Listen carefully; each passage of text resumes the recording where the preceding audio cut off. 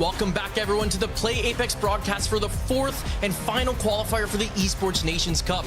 Over this past weekend, hundreds of teams have been competing to secure the one spot to rep their country. And already the countries and teams for the APAC South, APAC North, and the EMEA region have been finalized. And tonight we will see which teams will be rounding out our top 40 and will be wearing their country's flag in the Americas Finals. I'm joined by the one and only Jayhawk. Jay, tell me some of your initial thoughts going into tonight.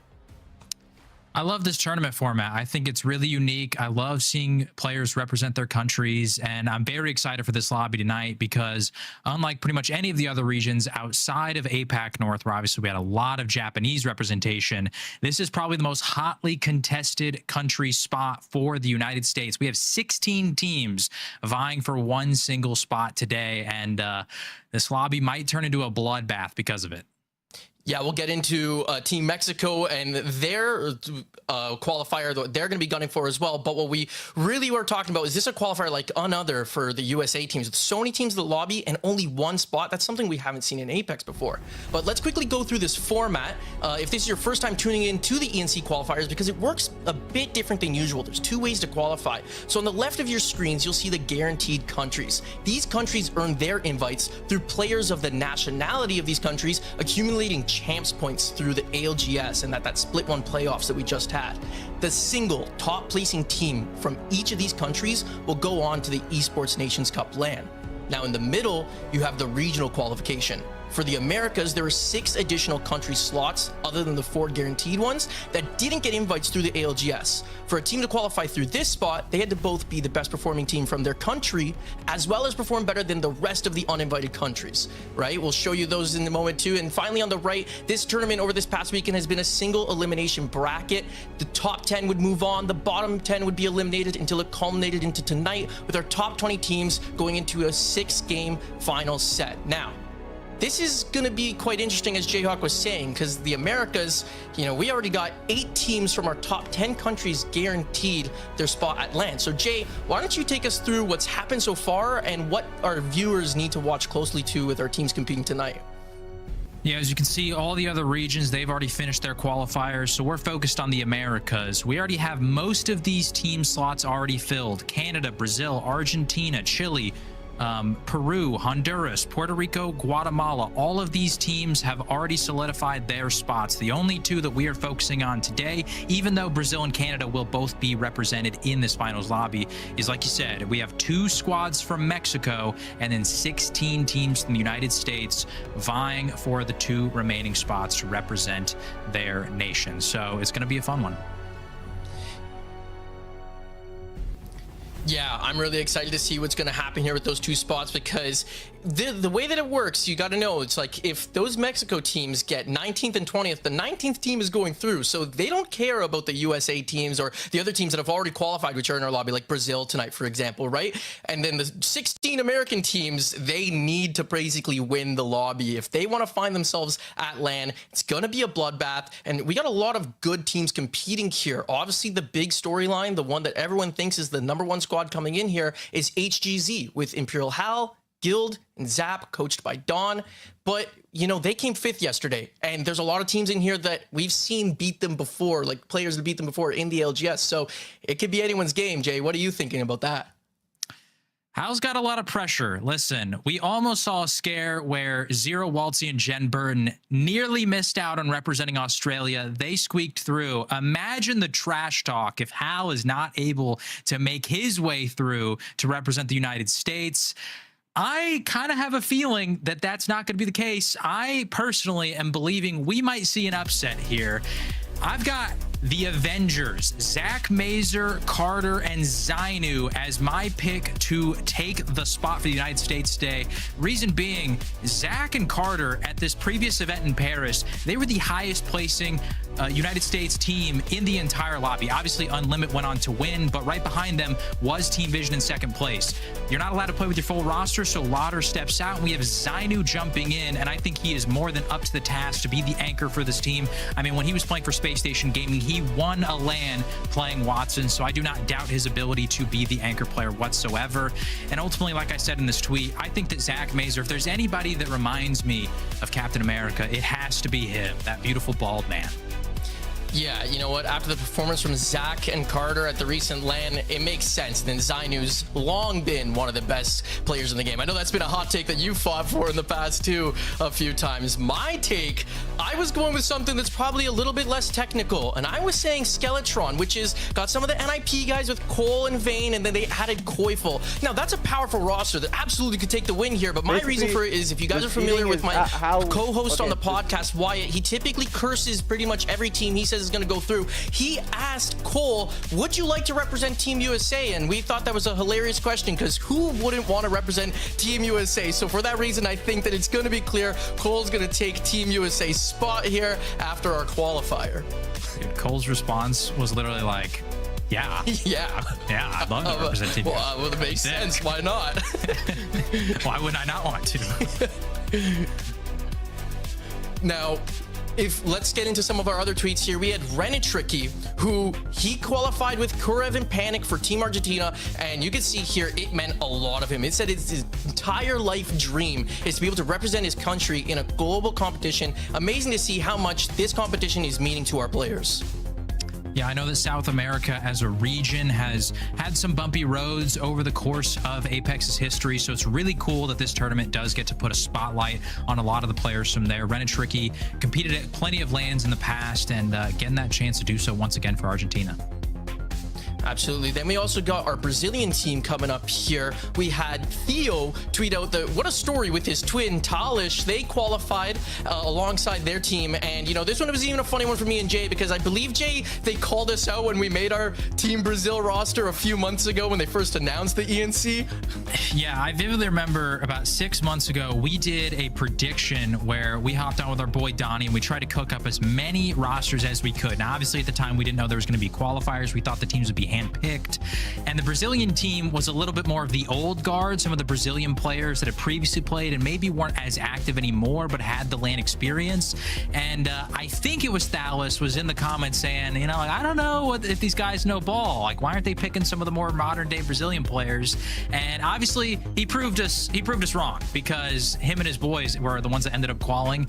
And shout out to those guys, because they're the only Brazilian team that will be represented in this finals lobby, so they have locked up that spot.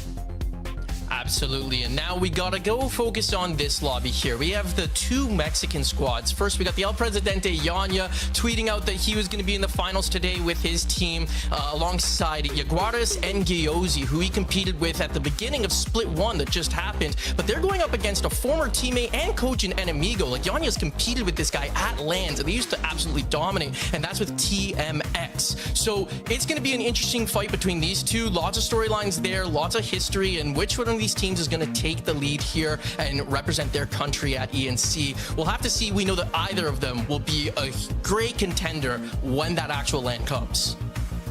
Yeah, Mexico, definitely one of the dark horse nations, I feel like, going into this tournament. I think either squad would absolutely be incredible on that stage. At the same time, TMX, probably a little bit more of an upset if they're able to pull off that spot, but we'll have to see if they can do it.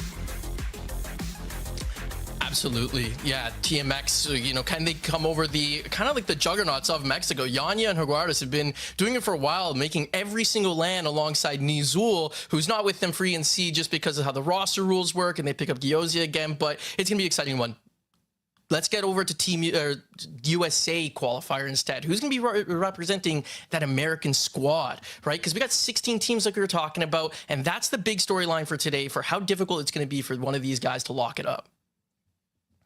Yeah, the scary part, I feel like, for the United States teams is when it's not a match point lobby, only 6 games. If you get off to a slower start, you enter into a territory where you might have to drop some huge performances, especially as we get towards the back half of the lobby.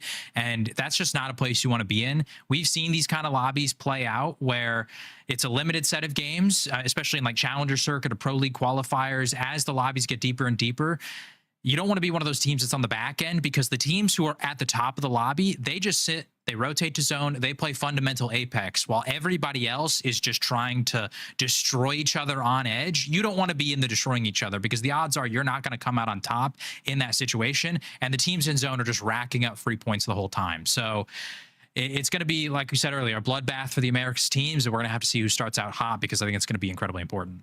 Yeah, you don't want to have to be the team chucking a Hail Mary like EWC 2 years ago when it felt like one of our teams just basically got a gifted zone, but it was actually just everyone into each other.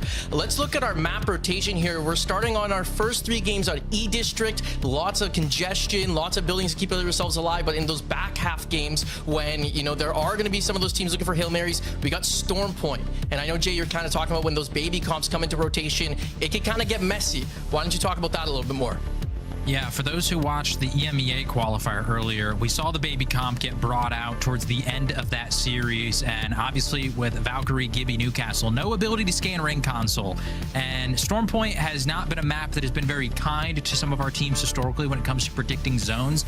A lot of unpredictable possibilities there, and so we saw a handful of teams sitting down in Barometer when it was pulling up to Stormcatcher. They were all pretty convinced, and then they had to see the bad news and adjust later on.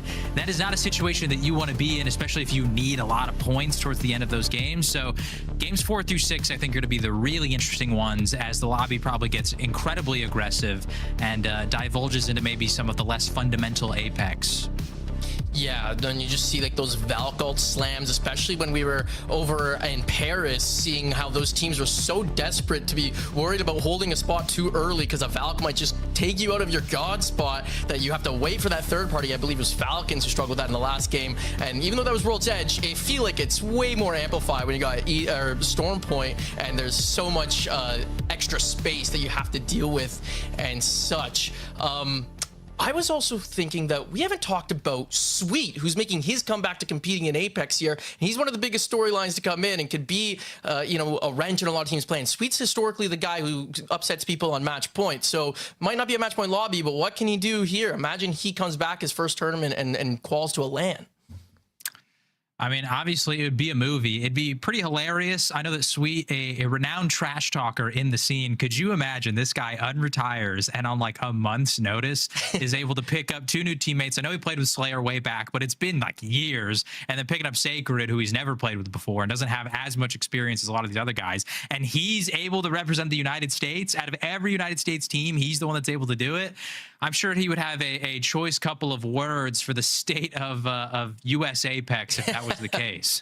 Absolutely would. I don't even know if Sacred was competing when Sweet last was competing. I don't think he was. And we definitely did not have legend bans and everything like that. So if you found a way to navigate all of that and suddenly show up here and take the qualification, you definitely best believe there's some tweets, maybe a Sweet stream coming out where he's going to break it all down, how he did it. I'll be there for it all. I'll be there for it all. You know that Hal would be so salty. He'd have it coming from Zero and Sweet. Every direction. Everybody would be just going at him. Absolutely. We're looking at some EMEA highlights here for our qualifier today in the end zone with Great Britain Charvas as they took the last game there. Yeah, then we also had Danish, another team that was able to pop off. One of those squads that had actually already secured their spot in the lobby, which I do think can maybe give us a little bit of a preview for Canada and Brazil, as those teams have already secured their spots. Those teams were able to play with zero pressure, and it showed that Danish was able to just pop off throughout the entire tournament. Yeah, Team Poland, you see here when they were in the first place spot at around match 3, they were absolutely popping off the entire set and just rolling through the squads, found their way into the LAN and everything like that. You know, it was some of the teams that you expected to see come out and perform, they absolutely did. Yeah, now we see Great Britain Greats. I mean, this kind of gives us a little bit of a preview to what we might see out of the United States teams. We saw a handful of the Great Britain teams taking some of those games and being near that top of the leaderboard. It got really dicey towards the end. Even in that final game, there were still about 4 Great Britain squads that could have potentially taken the spot. And so that could be the case for some of our US teams going into tonight. No, absolutely. That's what we're really going to want to be paying attention to when we get into those final games tonight is who are the teams at the top that are very close that we got to be focusing in on, especially if those 2 Mexican teams are just a few points across. That's what you want to be looking at today to see who's going to be moving forward. So keep your eyes out for when we get into those games 5 and 6, that which teams can take it over. Yeah, as we check in on the EMEA results, you see Poland. Team Poland was able to take the first place spot. Light, Lufka, and Nate were able to win that lobby, but Great Britain Charvas also able to represent Great Britain Danish on there as well. And like I mentioned earlier, Great Britain Greats and Great Britain Creamers not too far behind. A very competitive lobby when it came to that Great Britain qualification spot. Also, got to shout out Kazakhstan. Shout out to our boy Kazakh. We knew that this man was going to single-handedly get his nation into the Nations Cup, and that he did. I mean, it's in the name. It's in the name. He was gonna do it. It's Kazakh for Kazakhstan, man. Yeah, I mean, it just goes to show when you have 3 teams in the top 5 from the same country, it feels like EWC, ENC, they're always looking for that format that is gonna just really feel ruthless, really feel gutting, and take you to just feel really bad about the teams that miss out. Let's get into our POI draft here, though, starting with our Storm Point squads. Jay, is there anything that stands out to you? I feel like the thing for me was the #1 pick was EDAM, I believe, with 2KTR or 2TKR. Yeah, obviously this does stand out. E-District, you can see a lot more of our second round picks overall went towards this map, and I think that's a lot of our teams trying to prioritize the chaotic games 4 through 6 on Storm Point. But having a strong start, like I mentioned earlier, can be a really big boost for your performance. You don't want to have to be playing from that point of stress, that point where you're desperate and playing from behind. So E-District's certainly going to be probably the most important map as we start off game number 1. Yeah, absolutely. Getting a good lead, I feel like, is always, for me at least, you feel more comfortable going into the back half rather than having to play behind and catch up. If you get, you know, just a rough POI and some rough loot off a start. We're looking in here with Skeletron, Koi, NIP, and Vayne dropping over at Blossom Drive. And we're going to take a look at the zone pull here in a moment. Blossom Drive, a little bit strong of a POI, definitely solid. They are going to be next to Team Canada, as you see over at Neon Square. Team Canada, one of those squads that has already punched their ticket through to the Esports Nations Cup. So you want to be a little bit careful around them because they don't have anything to lose. We're going to be heading down towards Humbert Labs, though. I feel like every single tournament on E-District, we've got to have a Humbert pull. Notably, we've got Buckle Boys and Hunt Kenny Wave, the storyline of Quavo Kenny himself coming from Call of Duty, the LA Thieves legend, now trying to make his way in Apex, and they're getting an early zone pull. And I think this really benefits them because, at least from what I've seen in their attempts to qualify for Pro League, they are much more of a zone-oriented team that wants to play for positioning. We're just going to have to see if they can pinpoint that end zone. Yeah, I know even offline, we've been talking about this a lot, like what that storyline could be if a former COD Pro came here and that was the team that was going to be representing USA for the ENC. But one thing I'm noticing here is there's actually not that many teams rotating very fast. There's a lot of teams taking their time. As we say that in E-District right now, we might already be getting a fight between Team Mexico and then Cody Nocturnal and Co. So we'll have to see if they actually engage. Yeah. Going to be no strangers to aggression. Historically, Yanya, Jaguares, these guys, 2 of the most aggressive players in the history of Apex. So Nice Guys seemingly going to wisely back off and try to prioritize their rotation here. But you know that Mexico is going to be right behind, so they're going to have to be pretty quick with this one. We do have a couple of teams potentially coming in from their western side, though. CEF and Team Canada also making their way in towards the central area of the map. That's why here on E-District, being dead center is not always the most ideal situation, as a lot of teams do want to rotate in towards you. Yeah, just watching this here as Nice Guys rotate away, they have more to lose than Team Mexico. Team Mexico obviously want to get a good jump start because if they can get the lead on TMX, then it doesn't matter what happens in the rest of the games. Whereas Nice Guys, a 0-point game hits a lot harder for them. So they need to be careful, and looks like they're trying to get the zone as well. Tuning in with Team Canada, as you mentioned, already registered or qualified for the LAN. So they're just making their way through E-District. And today their storyline is basically seeding. They're not worried about too much more other than seeding, pride for the country. I'm Canadian, shout out Canada. They're already looking to grief some squads here. Yeah, this is going to be CEF that I mentioned earlier, who are also making their way in. Mexico is going to be just to the south of both these teams, so it could be a little bit of a sketchy position if they get too aggressive. But like you said, Canada just playing to build some of that chemistry. So we'll have to see how aggressive they want to get. The crypto ult going to be used to stave off the push as we see 5-star, our first team eliminated taken out by a couple of teams, most notably Noct and Circe able to get 2 early KP.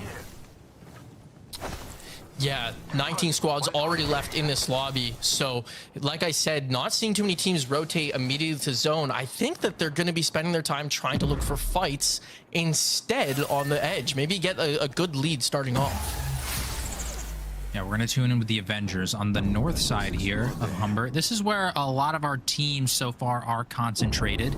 Nearby, we have JDN, SPS, Nice Guys, as well as Hunt, Kenny, Wave, all in sort of this northern Humbert area. A lot of open space more towards the south. We're going to see some crypto EMPs go off, but I don't expect anybody to get too aggressive, as one early fight could result in a third and fourth party. So maybe just trying to farm some of that early damage. Yeah, when I look at this zone pull, there's not much Old Town in, right? And so that tells me that this zone is probably pulling a bit more north of Humbert rather than falling back to the silos, like the underground buildings that we typically see a lot of teams get really congested in with our Humbert zones. So it's not a hard Humbert pull, more in the middle there, and is why you see Avengers, Nice Guys, Buckle Boys, all sitting a little bit further up in case that pull doesn't fall deep. We've got another knock going down in the kill feed as Enemy making his return from a brief retirement, teaming with Funk and Crook. He's going to go down, and it looks like his boys are going to have to dip and go for the reset here. The only problem is they are now running straight into TMX's CEF, have been eliminated. That is Juicy, the collegiate superstar, able to get a couple pieces of KP. Alberlily getting one as well. But SAS and Nice Guys, they're going to have to play a little bit slower here, as we do have TMX just on the other side of that choke. Yeah, CEF won and placed first in one of the semifinals yesterday. So, you know, I was expecting to see them come out and maybe can carry that momentum in. Instead, it's got a sting to take a 18th place in a 0-point game coming out here in game 1. Again, with 6 games on the line, there's not a lot of room of error for these squads here. On the flip side, SAS getting some early KP. You know, we got Alb, Skittles, Shuby. That's a squad that can be a little bit of a dark horse, underrated one here for the US qualifier. All right, right now we're looking at Sesame Oil with Fredster, Pluto Round, and A1s. They're trying to back out here as they're getting pressured by Team Canada. Team Canada is literally just out here to play spoiler. Imagine they come out and win here today. They want to be able to just show the rest of the squads that they're actually meant to be here and not just one of the ones that are going to be coasting when our actual land comes. We get our next zone pull here that we're going to take a look at, and as we were talking about, it's looking like it's pulling a bit more north. Yeah, like you said earlier, a lot of our top tier IGLs probably realizing not a lot of Old Town in, so they are going to be shifting north. Shut up, Interesting part about these northern zones, not as much playable space as some of those southern Humbert pulls. You can have a few teams that kind of play in and around the Humbert buildings. It's going to be a lot more difficult, I think, to transition from that southern side for teams like SAS, Dream Team, Big Ol' Boys, Team Mexico to make it up into the northern side. As we've got a couple bits of fighting over on the little bit western side of the POI. Yeah, I think exactly what you're talking about, and these teams knowing that they might not be able to rotate in as easily with that less cover that's there. Some of these teams are starting to take action already and mobilize. All right, and now we're going to tune into an HGZ listen-in to hear Imperial Hal himself. You got my room? On me. I got a bat. Oh, Dad, come on. I'm batting. I'm taking you down. See me, Tommy. Someone's on us. I think that's a team. On me. Yeah. Take a TP. I'll take a TP. Take a TP. It's not a team, I think. Yeah. It is. It's fine.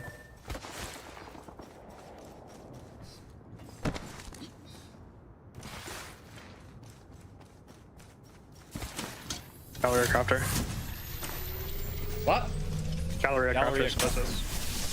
Unfortunately, that fight not going as well as HGZ would have hoped, but Hal able to escape. That was Team Canada coming in for the third party, and this is the difficulty of this lobby with the squad like Canada here. Having already punched their ticket through, they can play stress-free and just try to build up some fighting cohesion. Like we said, they're playing for seeding, but also chemistry. This is not a squad that will be competing actively together throughout Pro League, so they're trying to get as many fights as they possibly can under their belt, so that by the time that they get to the tournament itself, they're going to be all on the same page. Hal able to dip all the way up to the north. Should be able to get the reset off as Team Canada going to be going for that third ring information. Yeah, honestly, I think that Canada is just going to come play Grim Reapers here. Like I said, they were just trying to run everyone down, sitting on edge, it feels like, because they got nothing to lose today. And, you know, I feel like there's going to be some national pride trash talk that comes out. You know, got some USA Canada beef, I'm sure it's going to come out. And they're trying to show these US teams they can ball out with them. As we tune into USSA, we talked about this storyline earlier. Sleet, Slayer, and Sacred. Interesting, we've got Slayer on the Crypto. We're going to be running the Crypto Seer composition, something that we saw very popular throughout ALGS. That double scan, but most notably for that Seer tactical, just absolutely devastating when you can land it on a player to stun them and prevent them from moving closer to their team.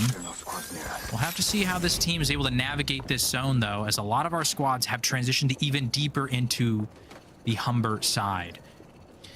Yeah, the zone is getting really congested, and there's not a lot of spots left. There's not a lot of teams even on the outside. We only have like Nice Guys who are currently getting a revive, but Sesame Oil, they hear this going down. They are weak, but they can rotate and possibly chase down Nice Guys here. I think actually we have Mox walking out here, so we might have quite a bloodbath that might happen right on the edge right now coming up. Yeah, we've got a handful of teams over on that western side. Like you mentioned, Nice Guys, Sesame Oil, both there. We already saw USSA, Mox, and TMX all on that side, with zone shifting even deeper to the north of Humbert. At some point, these teams are going to have to fight for supremacy of that northern bridge. But as of right now, everything has stabilized. Notably, we did have TKR, our Brazilian representatives, did get the box revives over at Stadium, and HGZ also got the full reset over to the north of the map as well.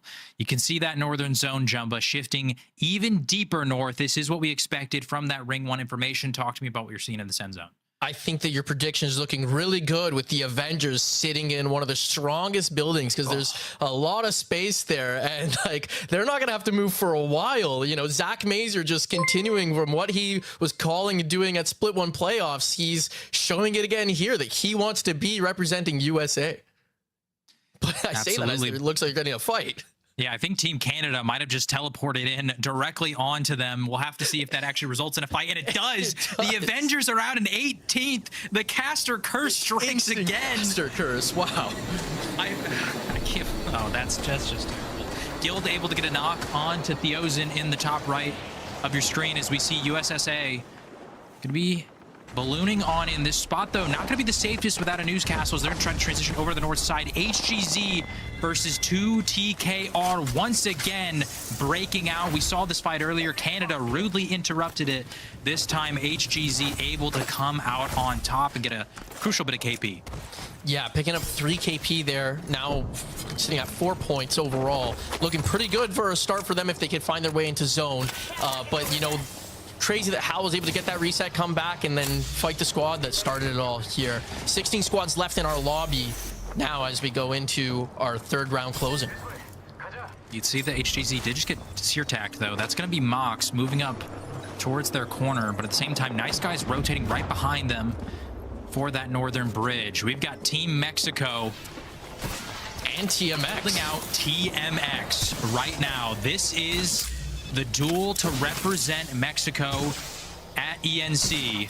A fight win here could be massive for either squad. Yanya already getting the early knock as TMX just trying to out-heal the zone. Enemigo last alive, and that is TMX. All 3 dead and eliminated. Yanya picking up 2 crucial points of KP there as Team Mexico gonna get the early advantage here in game number 1. Yeah, for TMX, that is the worst way you can go out, unfortunately. I wonder if you even think if these teams are actually looking at where each other are dropping and trying to hold out rotates for that purpose. Absolutely. Big old boys gonna be trying to hold off against the Buckle Boys themselves. Boys on boys crime. We've got some early damage onto both Chaos and Keon. Sang just trying to stabilize. We also have Koifel and Skeletron taking a fight against Cersei, able to get the full kill. That's going to leave dropped and knocked down to a duo as the fighting's breaking out. You can see that zone shift is going even further north, but interestingly enough, the next ring is pulling towards the western side. It's going to be shifting more towards the bridge as the big old boy is going to be down to just Chaos, last alive. Yeah, this is where the altar comes in and just the TPing back and forth, which is causing big old boys to be taken down, even as they're getting third party from the outside. They have one of the good spots in this current zone where a lot of other teams are going to have to move, and next thing you know, Riley comes in, takes out Chaos Feelings, and wipes big old boys from the lobby. Team Canada, man. Yeah, Canada already the early Grim Reapers of this lobby. We've got Juxi solo right now. 4 Nice Guys trying to push up onto Mox. Not the smartest of decisions. I'm assuming his teammate's going to be holding the altar teleporter to try and pull him back. The question is, can Mox get the wipe before they do? And they are. Juxi going to be eliminated. A bit of a questionable decision here by Nice Guys. You can see in the top left, look at that zone pull. That bridge for Nice Guys, such a powerful position for this end game. And for some reason, Juxi all alone gonna put his team in a very precarious position. Yeah, you gotta wonder if they're not exactly sure about that zone pull, and if they're thinking they're desperate and not knowing they actually have one of the strongest positions right now. Mox being stunned and having Emote get taken out, so they're in a pressure position now with HGZ above them. Yeah, wait. They're taking the fight here on the Nice Guys, and this is going to open up the possibility for HGZ to third party. We already have a duo of them moving up towards this. The question is, can both these teams get the reset? You can see Guild and Hal not going to commit as another team able to shoot from distance, as both teams should be able to get the reset on the bridge. Yeah, HGZ just sitting with that teleporter to bring them back if they couldn't get in there, and Zap safely gets Guild and Hal back. Didn't get the KP they want, but they live to see another day here instead. We got Riley taking down Koi, and Koi taking down Cobra. We got trades in the top again with Team Canada and Skeletron. Meanwhile, though, we've got Mexico trying to take a fight here against SAS. They already have a knock on Aberlily. Hunt, Kenny Wave, both going to be eliminated. That fight between Canada and Skeletron most likely going to be down to a 1v1. SAS lose out on Aberlily officially. SPS going to be eliminated. But they're trying to send it on to A1s. I think they've identified that he's a solo and they get some easy KP here and maybe secure a good position for the end game. The question is, can they get Aberlily back in the game? They notably do have the crypto. With Skittle still alive, they can try to get the reset here. Good finisher by Shubi to get that confirm on the kill. And SAS actually potentially holding one of the best spots in this zone, as most of our teams are going to be down to very little cover in this final end zone. Yeah, I think I heard the drone come out where they're going to go try to get Al back. We see Koifel get a knock at the last second, but then is immediately eliminated right after. And we got 7 squads left here. JDN also went down. Zapdo able to get 2 knocks, though, onto Mox, and that is going to be Mox's game done. HGZ off to a red-hot start.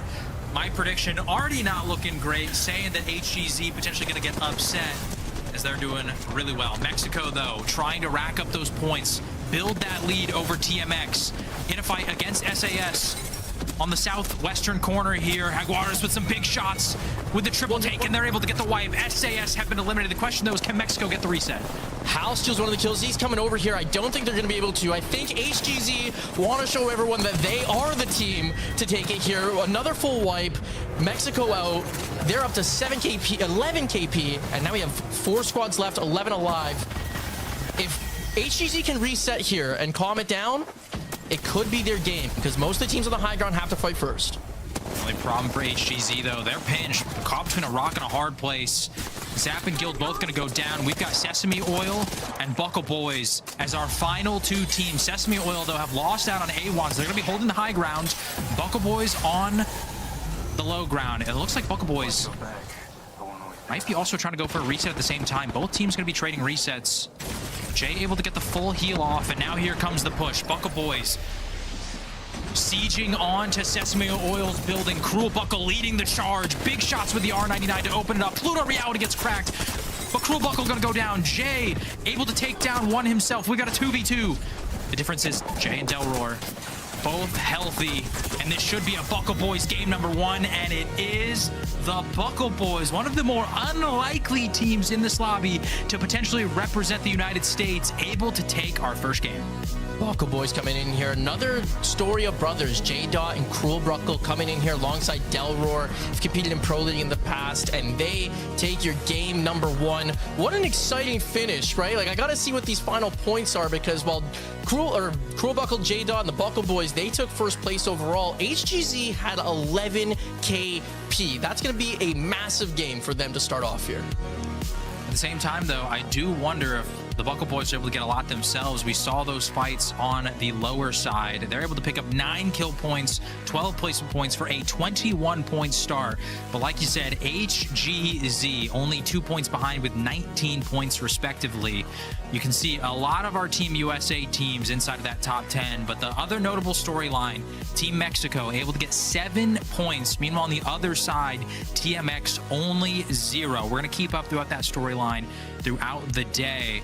Jumbo, what are your thoughts after game number 1? I'm looking at Team Canada in 10th with 8 KP. Yeah. Another team getting double digits here, finishing outside of the top 5 is wild to witness. And again, when you consider the fact that they don't even need to do well today, it's amazing. Maybe I'm a little bit biased. I'm the Canadian guy here. Yeah, I did want to mention that in the earlier lobby for EMEA, we had a similar situation with Team Spain. You could have caught them, though, on the multi-view. Make sure, if you want to hear all the player comms, if you want to hear what's going on with Hal, Guild, and Zapdo, maybe even a little bit of arguments going on throughout the day if things don't quite go their way, but then the potential bounce back later, make sure to check out the multi-view. Jumba, I know that you and I both love this thing. I love it for watch parties because all the action that you might potentially miss here over on the main broadcast, you can catch. Make sure to watch competitive Apex your way. Visit algs.ea.com to set up your multi-view. You can pick up to 12 POVs and even watch the map feed, my personal favorite. Absolutely my favorite way to watch ALGS. You could also throw your favorite streamers, watch parties in there, the main broadcast, or listen to every pro you want. Crazy game we had there. Sesame Oil second, Cruel Buckle and Buckle Boys first. We're going to take a few minutes here for a break, then come back and see what's going to happen in game 2 of our America's ENC qualifiers.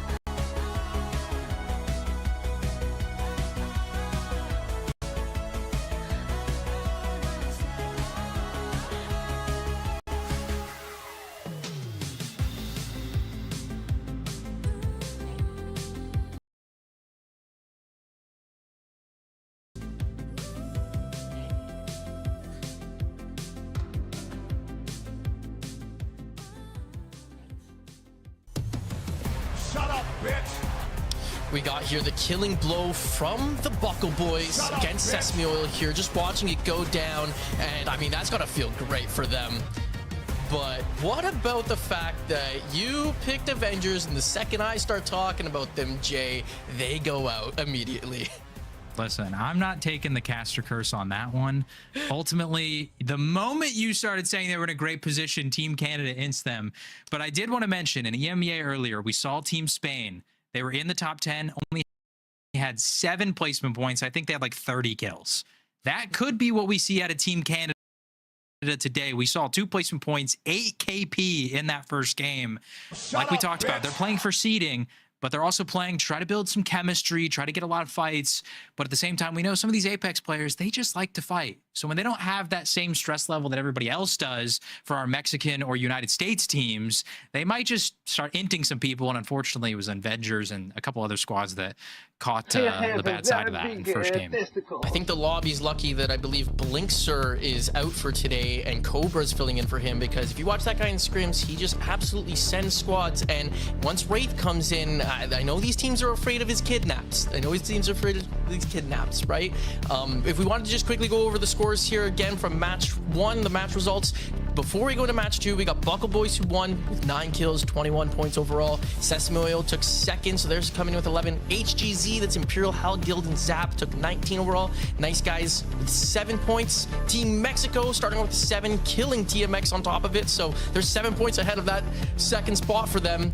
Then we got SAS at 6 overall, all the way down to Team 9 with our USA squads, all about 2 points apart. So still lots that can happen here. It's only game 1. This is going to flip on its head 2 or 3 times for sure. Absolutely. Only game 1. Obviously, you know, sometimes you get a good ring pull, sometimes you don't. So if you're one of those squads that didn't have a very favorable zone, you can try to adjust for this next one. At the same time, though, we saw this lobby is aggressive, and you got to be ready for those fights. We saw Team Mexico putting some pressure onto Nice Guys from the moment that essentially they landed. And so heading into match number 2 here with an altar ban, we know that E-District historically alters playground, but I think that just goes to show how aggressive this lobby is being. Usually in the ALGS, we get crypto bans, we get seer bans. Altar makes it deep into some of our lobbies, but our teams are wanting to fight, and Altar one of the best characters at doing so. And so she's going to be banned going to game number 2. How do you think we adjust heading into this game with no Altar? I wonder if you're going to see a lot of those rates come out for the TPs instead. I believe it was a tie. I didn't. It was more of just an observation. I didn't get the exact number. So we're still going to get those cryptos out here. We know, the two of us know how strong crypto is. We've had that discussion several times. So I feel like there's not going to be much of an adjustment other than someone's coming in to fill that altar spot. We're going to get a lot of cryptos and seers coming back in.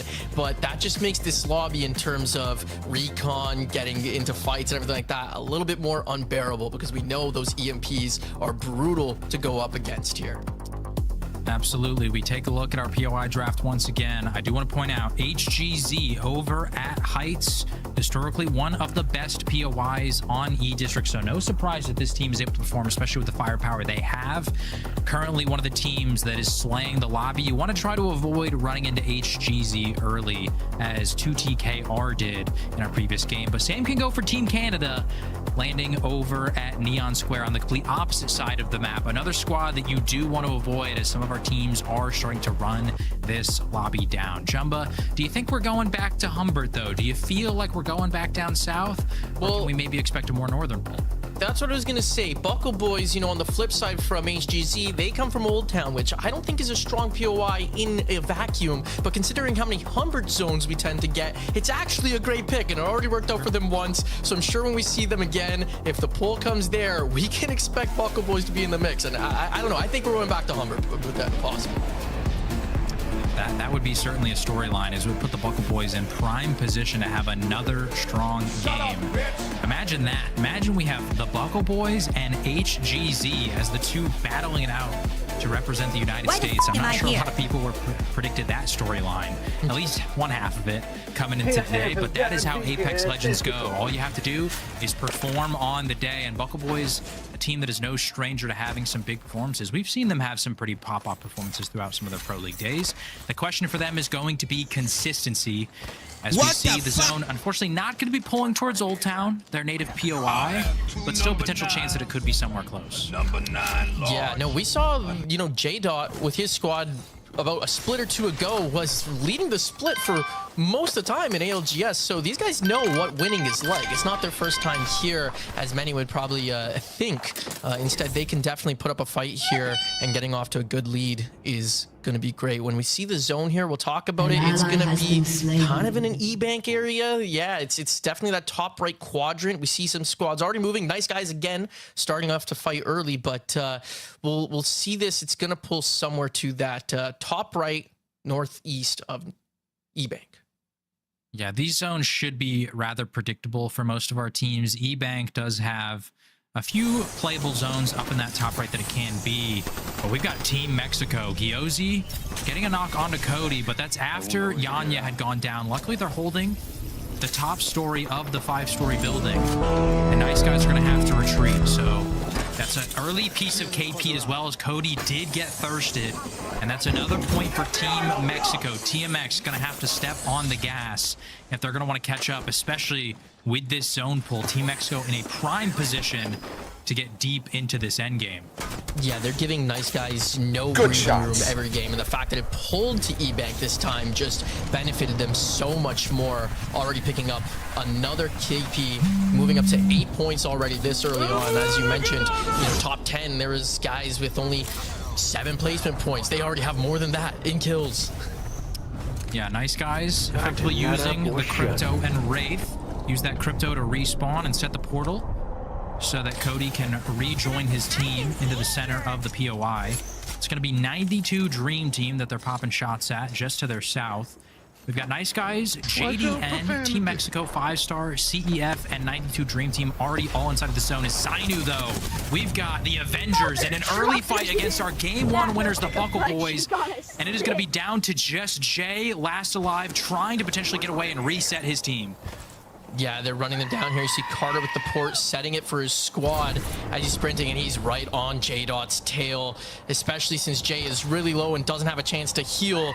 It looks like it might be, unfortunately, the end for our winners of game 1. EMP comes out, Q comes in, Carter moving up, and that is the last legs for J-Dot. Buckle Boys out at 20. That is brutal to watch, Jumba. I'm not gonna lie. Like, you've got a Crypto drone hunting you, pinging you for the Wraith that is hot on your tail, who's getting the speed boost with her portal as she's chasing you, and then an EMP used to cap it all off. Yeah, I mean, it feels a little overkill, but at the same time, get your points, Avengers. All right, I hear you. Overkill is necessary this early on when every single point matters for these USA teams. But now we got, looks like Nice Guys again in a fight with our Team Brazil. Yeah, 2TKR. Similar to Canada, one of those teams that was kind of being aggressive in that first game, not having to play with pressure, able to be a little bit more loose in terms of the way that they make their decisions. They're going to back off for now, but you have to wonder if this fight breaks out at some point. Both these teams, unlikely that they're going to be able to coexist for long, especially in a lobby like this with how aggressive our teams have been getting. But at least for now, we've got a few teams down just below Team Mexico's building. Yeah, These I guys think notably running that Seer Crypto Wraith comp, like you said. I did want to point out, you called out the Wraith as the replacement for Alter. A lot of Wraiths in this lobby. I think almost every single team outside of 92 Dream Team. absolutely, yeah. It just feels like the natural progression when that Alter comes out, the next port to rotate your team, keep them alive. But like, as you were mentioning, when you look at the edge here, it looks like about half our lobby is sitting outside of the actual zone. Something that I actually didn't predict. I thought because it was a final and such low chance of getting in, everyone would just be playing safe. Instead, everyone's trying to just pick up kills. Again, Team Canada definitely sitting on the edge, looking to rack up some KP. Yeah, you know they want to fight when we're busting out the Axle instead of the Wraith. They want that extra firepower. They're going to be heading down towards Skeletron as we might have a fight here. Pretty isolated fight over near draft point. On the other side of the map, though, we've got HGZ and Hunt Kenny Wave. Hunt currently down. HGZ able to get the early knock as Wave and Kenny just going to back off, concede that piece of KP towards HGZ. We do have SAS also walking in for potential third party here, as now the fight with Skeletron and Canada is breaking out. Yeah, just taking their angles here. We have Koifel getting a big crack on Cobra. This is huge for Skeletron to be able to get some more points here, and they definitely cannot be going out to Canada of all teams. They need to make every move count here for them. Yeah, Looks like they're taking some time to engage, though. Looking at the map, I do want to point out we've got TMX walking right behind Team Canada in this very moment. If they overstay their welcome, TMX might be coming up the third party as Koifel able to win the 1v1 of our young roller fraggers. Jelly goes down, and here comes TMX with the third. We've got Cole down to one shot. Riley and Team Canada gonna be eliminated. The question is, can Skeletron escape? Luckily, Koifel in a different position opposite of Cole, so he should be able to run away. As we've got TMX now getting aggressive, picking up some points, trying to claw back that lead that Team Mexico currently has. Yeah, you know what? I think that Team Canada saw that third party coming in, knew they need to send it. You know, it's good. Koifel is able to get a KP. Vayne and him are split from Cole so they could get out. But it doesn't look like TMX is giving up that much. It looks like they're trying to rotate over and chase them down. Right now, we got, I believe, 18 squads left in our lobby. Yeah, we move over to the north side of the map here. USSA, Mox, and Sesame Oil, our Game 1 second place team.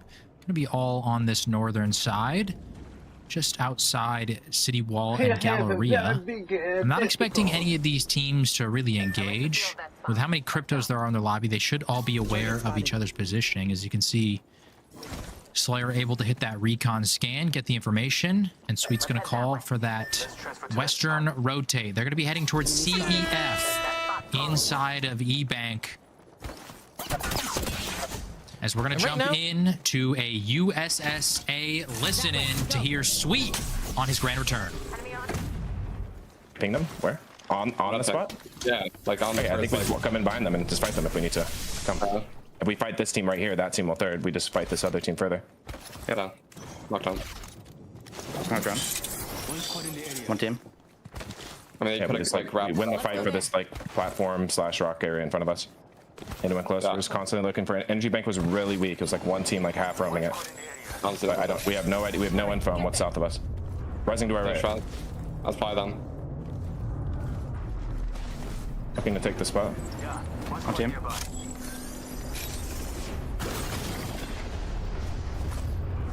Can you grab that south even? Yeah. Grabbing that. Oh, this was the actual team moving. Yeah, so I'm look behind you guys, so I'm getting the Ziva. Cracking the back. Third team in E-Bank telling us to come. Like There's one team in E-Bank kind of like roaming around. We're holding this right now and chilling. Yeah. Team of this build right here. Grabbing Evo.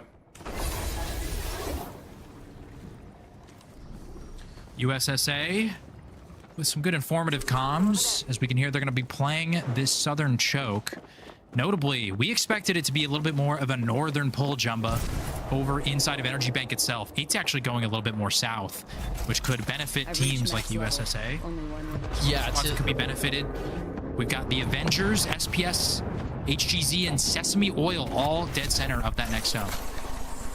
Zap getting a pick onto Sykes into the kill feed. So HGZ going for more KP here. They already had the one on Huntsman earlier, and it looks like they're picking up more again. We'll see if they get that full kill. But as you're saying, yeah, it's pulling south, and it's something Sweet even mentioned. He said that the south of E-Bank is pretty open, pretty weak, and that's good for them right now, while a lot of these teams are still sitting onto the northern side of E-Bank instead. So those rotations are going to be huge for these teams on the edge.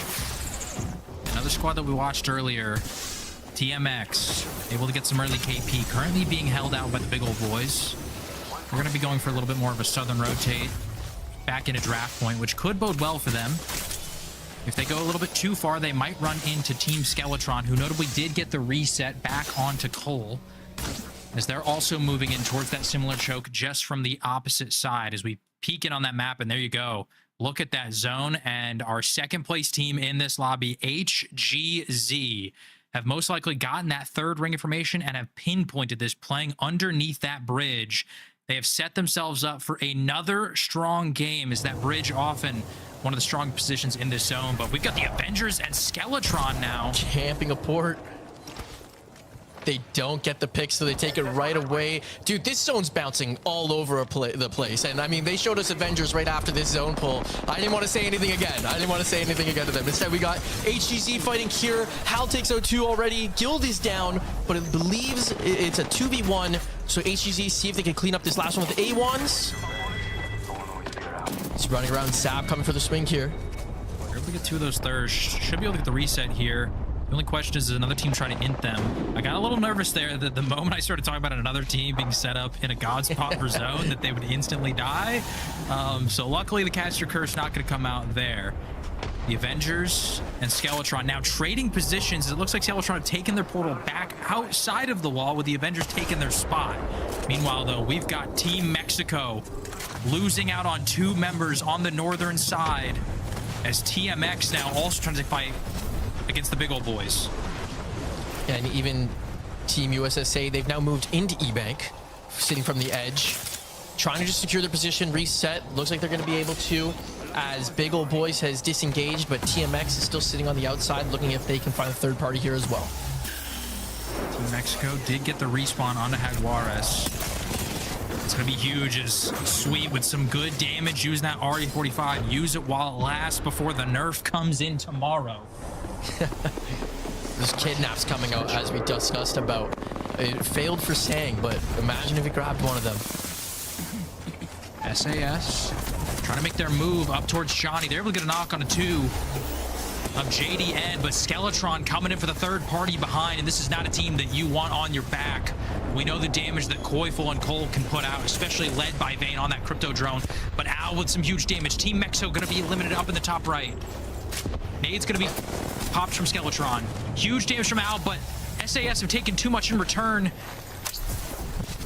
and they're going to have to call the Wraith port to try to get out. Yeah, it's amazing that they're even to get out of this. Like, you know, they're getting pinched there by 2 squads. They gotta fall out, try and see if they can reset. But I think Skeletron's just gonna be really aggro here, and they are already knocking Shuvi as Cole swings in, picks up another one, and you have Alb on the 1 HP. Or sorry, not Alb, it was Skittles. SAS eliminated Skeletron, now finding their groove, getting some good kill points here. HGZ, by the way, notably did rotate away from their lower bridge spot, which I think has now been claimed by 5-star and is still in the final end zone here. CEF, a team that we saw had a little bit of a rough start in game 1. One of our first teams picked off, have already lost out on Crook, and for the potential reset opportunities, losing out on your crypto, not ideal by any means. The game now is all about surviving and stabilizing. Funk, last alive as enemy goes down, and it's Hunt, Kenny, and Wave looking to get that KP. Look, they're looking pretty good here. We've talked about this and set it up as a storyline, and I think it's a possible one, as they had a solid start and looking to pick up some kills here again. As I say that, Kenny goes down. It's going to be Mox on the other side, able to get that early opening damage. Davis Wabe, does he have the EMP? If he does, and he does, he's using it. Maybe able to hold off the push, but a counter EMP has been used, as it looks like they're gonna have to abandon Kenny and concede that piece of KP and play it out as a duo for the rest of the game. Big Ol' Boys versus Nice Guys now breaking out on the southern side of the map. USSA involved in that fight as well, as Slayer able to get a kill onto Sang. There's TMX just biding their time. Team Mexico already eliminated. This could be their game to try to get back into that race with their rivals. As this fight goes on, CEF and now Hunt, Kenny, Wave both go down. 10 squads left in our game. Leovic last alive, trying to bounce around. He is down. TMX dead. 9 squads left. Nice Guys pick up the KP there. And we also got Carter on the Infinite, Kraber knocking Cole. Yeah, unfortunate for TMX, being held out by Nice Guys on your height, and HGZ keeping you on the low ground. Speaking of HGZ, we've got Sweet versus Hal in a 1v1. And it's not going to work out for USSA, as HGZ able to get the wipe. Cyril has been popped. They do have Keon nearby as a solo, but he's not going to push his luck as they try to go for the reset attempt. Skeletron versus Avengers, though, Jumba. These two teams have been poking and prodding each other all throughout today's lobby. Let's see if this fight breaks out. Yeah, this fight could be a fight that determines a potential winner, because they'll have this entire side, even though it's not in the zone, to themselves, whichever team dies here. And as we say that, ZachMazer are going down, but Carter's still got the game changer in the Kraber here. See if they can make it work. The problem is ZachMazer being the crypto, it's going to be really hard to reset. So Avengers most likely are going to have to play the rest of this game as a duo here. Zainu, though, now getting a knock onto Zapdo from HGZ, holding the lower area of this zone. And this could result in an HGZ versus Avengers fight.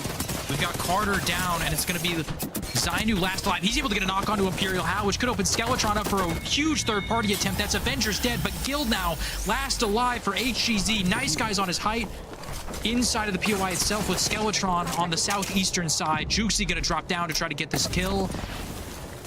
Able to try to destroy some of those knockdown shields. Guild, though, one of the best players in the world when it comes to playing as that solo. You know he's not going to make this easy for you. He's going to go for the chow, and it's not going to work out. Juicy and Nice Guys able to get that kill up to 4th place in this lobby as HGZ have been eliminated. Yeah, these lobbies are so aggressive right now, so inty. It looks like every single fight is potentially turning into a third party, which then runs away and runs into another team and then turns into a third party over and over again, as we have our top 5 going into our ring 5 closing now. Got 5-star underneath the bridge, Skeletron just above them. It's really unfortunate that 5-star don't have Alter, because this under bridge spot is so powerful with the ability to teleport up lane.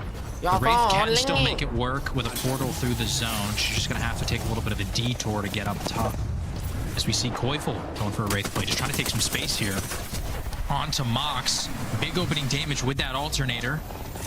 They're not going to push their luck. They don't want to overstay their welcome, as we have SPS and Nice Guys also on the height with potential angles if Skeletron overextend. Yeah, I think Skeletron know they just got to kind of grief here. There's 2 teams sitting in that general area, one inside the building, one outside, and if they can just do enough damage to get them to force each other a fight, which we see happening right now as Cole gets another knock, Skeletron is going to have the strongest position with the height here. And Mox now eliminated. Mox just in a tough position, caught between both of those teams. Playing their space well. Skeletron now probably in the most powerful position for this end game. The big question is, can they hold off SPS as they eventually have to come out of that door late?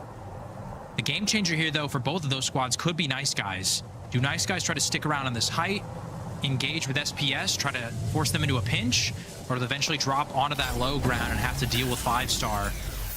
A battle for the low ground, a battle for the high ground.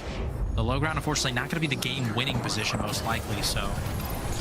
Yeah, this is the time when you discuss with your squad, do we go for KP here and maximize our points, or do you try to win the game? For someone like SPS or Nice Guys, that's a conversation that's probably being had right now, because they're looking at each other and the zone is separated by one hard light window. Yeah, and with all the Hemlocks in this lobby, you know that that window is holding on by a thread. It's faux cover. It's an illusion of safety. It is not safety whatsoever. The question, though, is this zone, I believe it's ending on the high ground. So 5-star at some point, if they want to go for the win, going to have to make a play, especially if nobody ends up dropping onto them. So far, we've gotten our answer that Nice Guy's going to try to hold up on this high, and this has put SPS in a very precarious position. They're now currently stuck on that window. The moment that door opens, we see the shots from Skeletron. EMP going to be popped. Cole throws the Seer ultimate as a counter. And now the Catalyst Wall used to just try to buy time for SPS. That's going to be Nice Guys, though. They're getting shot by 5-star on the low ground. Sykes now pushing it onto them. That Cat Wall has been a masterclass, but Skeletron just going to push straight through. Nice Guys going to be eliminated. SPS have moved onto the low ground. They're dead as well. And now we've got 5-star versus Skeletron for the game. And it's just a waiting game here. You know, though, these guys love to fight on the high ground, Cole. So if they get a knock, we expect them to drop on these guys, right? They might just go in and try to finish this fast. Yeah, no ultimates for Team Skeletron on the low ground, but they are going to have grenades. Koifel able to get the knock onto Dark. Vayne responds with a knock onto Leafy's. Caden last alive, and that is Skeletron with a monster game number 2, trying to match the Buckle Boys in HGZ after that game. Yeah, what a game from them. Like I said, when they were over by Avengers on that outside, they may not have been in ring, but that fight opened up the entire side of that zone for them, where they had that walk in and they just had to look at what squads they could third party and pick up KP, which I'm excited to see how much they racked up there at the end, because it's going to be a lot. That looked like a nuke of a game, bouncing back after their first, where they didn't have as much as they would have liked here. As we got our points coming up, and 14 kills with a 12 points from the placement, overall 26 points from that game alone. Yeah, that could be huge for this potential race. I've talked about it throughout this broadcast. You don't want to be one of those teams that is playing from a point of desperation later in this lobby. And a huge game like that from Skeletron, that's going to put a lot of squads in a desperate position, because Skeletron finding their momentum like that, you don't want to be a squad that is chasing. That said, right behind them, 5-star with a respectable 14 points, SPS with 13, Nice Guys with 11, Mox with only 7, but then HGZ, our team that picked up 19 points in game number 1, able to respond with a 9-kill, 12-point performance in game number 2, which I think should put them in first place overall. As actually, no, Skeletron currently edging them out by only 1 single point. But the thing I want to point out there, Jumba, these two squads, 18 and 21 kills respectively. If this is how this lobby's going to go, a lot of these teams on the right side of our leaderboard are going to have to start getting a lot more kill heavy, because these squads are frying. Yeah, you gotta wonder what these guys are thinking. I feel like Hal and then Vayne and Guild for the last 3 splits have been toe-to-toe of who's gonna take first, and now they're the teams that are leading this lobby by a whopping 10 points, 11 points here. So rest of the squads, I gotta pick it up. I think Nice Guys is another big shout there. They were 4th after the first game. They come in with 11 points, so they're still sitting at top 5. So again, lots can happen here, but looks we got 2 teams taking a little bit of a lead, a little bit of a run compared to the rest. And I do want to point out, for that other storyline that we have going on in this lobby, Team Mexico sat at 8 points through 2 games. TMX able to claw that lead back a little bit, now up to 5 points. So only a 3-point gap. A reminder for those just tuning in terms of this format, those 2 squads are the only 2 teams competing against each other. One of them will have to represent Mexico going into ENC, and so we'll have to see who can do it. And we'll see that in game 3 right after this really short break.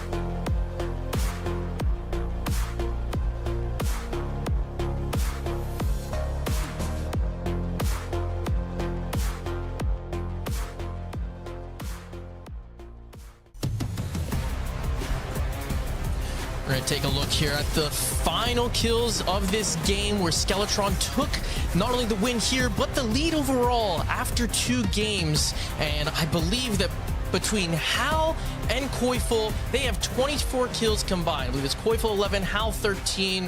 Talk about dropping nukes out here between these 2 players. Yeah, in 3rd place, we have a distant 6 kills for Panic. Obviously, he's starting off well for his team, but it just goes to show double digits for both of those guys. 2 of the premier fraggers in the world. I don't think anybody's surprised that they're performing this well in a lobby like this. The question is, who's going to be more consistent? Because obviously, there's only 1 spot for the United States, and with them only separated by 1 point right now, things could get even more aggressive in these final few games. As we expected, Crypto's been banned. Good. Send him to the Inferno. That guy, I'm good when games are now going to be a little bit more interesting, in my opinion, because we're not going to have too many EMP fights, not so much information. These guys are really going to have to work hard to find their spots in the zone and to be able to come out with some big points here. Absolutely. This is going to be our final game on E-District before we jump on over to Storm Point.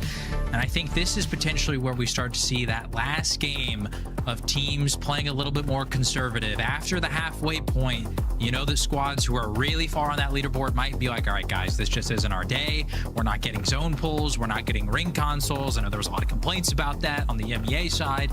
So maybe we just have to start fragging out like Hal and Koifel have been.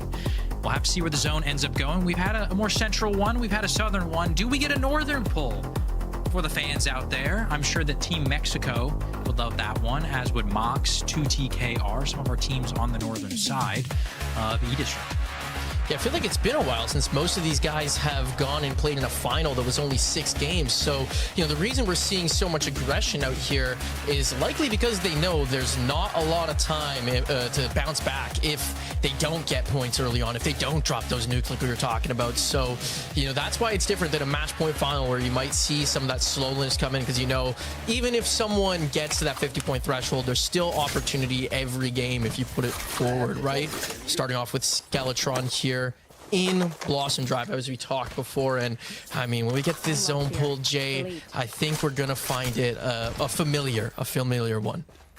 Yeah, notably after the Crypto ban, they have swapped the Watson into this composition, so going to be a little bit less aggressive. I know that sounds counterintuitive considering that Crypto has one of your players sitting on an iPad for most of the game, but Watson going to help this team out be a little more defensive, which, considering the massive game they just dropped, not going to be too surprising. That said, the Buckle Boys, our Game 1 winners, have ring console at Old Town, and look at that zone. Now, Jumbo, you did mention earlier in our Game 1, not a lot of Old Town in. That's not the case here in game number 3. Where are you expecting this one to pull?